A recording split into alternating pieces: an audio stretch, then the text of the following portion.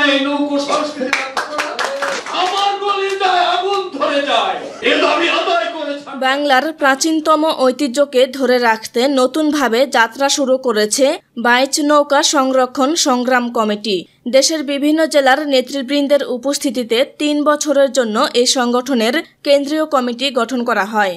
৬ জুলাই শনিবার ঢাকা রিপোর্টার্স ইউনিটিতে আয়োজিত কর্মী সভা থেকে সরকারের সুদৃষ্টি কামনা করে সকলেই দাবি করেন এই নৌকা বাইচকে জাতীয় খেলার স্বীকৃতি দিতে হবে, নৌকা সংস্কারের জন্য বরাদ্দ দিতে হবে এবং স্বাস্থ্যসেবা কার্ড সহ বিভিন্ন সুযোগ সুবিধার কথা উল্লেখ করা হয়।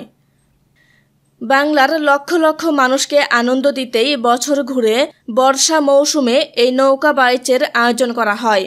এক একজনের শখের নৌকার নামও রাখা হয় এক এক রকমের। কর্মী সভা থেকে সভাপতি নির্বাচিত হয়েছেন মোহাম্মদ নজরুল ইসলাম, সাধারণ সম্পাদক হয়েছেন অপূর্ব রায়, যুগ্ম সাধারণ সম্পাদক হয়েছেন মোস্তফা আলমগীর রতন এবং এই সংগঠনে উপদেষ্টা হিসেবে আছেন অধ্যাপক নজরুল হক। কিন্তু আমাদের আদায় করে ছাড়তে হবে। এর জন্য কে কে সৈনিক হবে, রক্ত দেবে, জীবন দেবে, আপনারা হাত তুলে বলুন, আমরা লড়াই করব। কোনো আপোষ হবে না, বাংলার জমিনে কোনো আপোষ হবে না। যারা আমার প্রতিপক্ষ হবে তারা হচ্ছে আমার দাবির বিরুদ্ধে যারা দাঁড়াবে। আমি চাই আমাদের এই সংগঠনটা, আমাদের নৌকো মালিক যারা আছে সবাই যেন শতবদ্ধ থাকে যে আজকে আমার ভাইয়ের সাথে দ্বন্দ্ব আছে, আমি আজকে একটা খবর দিলাম, আমার অন্য বাইরে বলবো না, এটা করা যাবে না। সবাই আমরা একত্রিত হয়ে যাতে এই সংগঠনটা আমরা সামনে এগিয়ে নিতে পারি বিষয় হিসেবে বিবেচনা হয়। উনি চ্যাম্পিয়ন হয়েছে, উমা নৌকা চ্যাম্পিয়ন হয়েছে, গঙ্গা মা চ্যাম্পিয়ন হয়েছে, মা গঙ্গা চ্যাম্পিয়ন হয়েছে। আর ওই সময় যে অনুভূতিটা তৈরি হয়, লক্ষ লক্ষ মানুষ নদীর দুই পাড়ে দাঁড়িয়ে থেকে দেখে।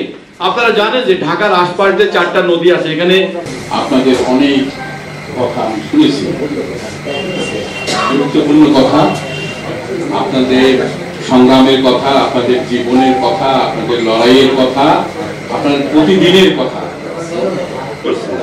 আচ্ছা, এখন সেই নৌকাগুলো যখন গতবার একটা নৌকা গড়ছে সে প্রায় 8 লাখ টাকার মতো, এই নৌকার কাঠ তৈরি করতে মানে জোগাড় করতে কোথায় যাওয়া লাগে, কোথায় পাওয়া যায়, কি আপনার মেহগিনি কাঠ পায়?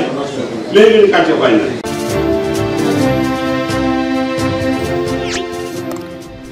সাবস্ক্রাইব করুন এবং বেল বাটনে ক্লিক করুন।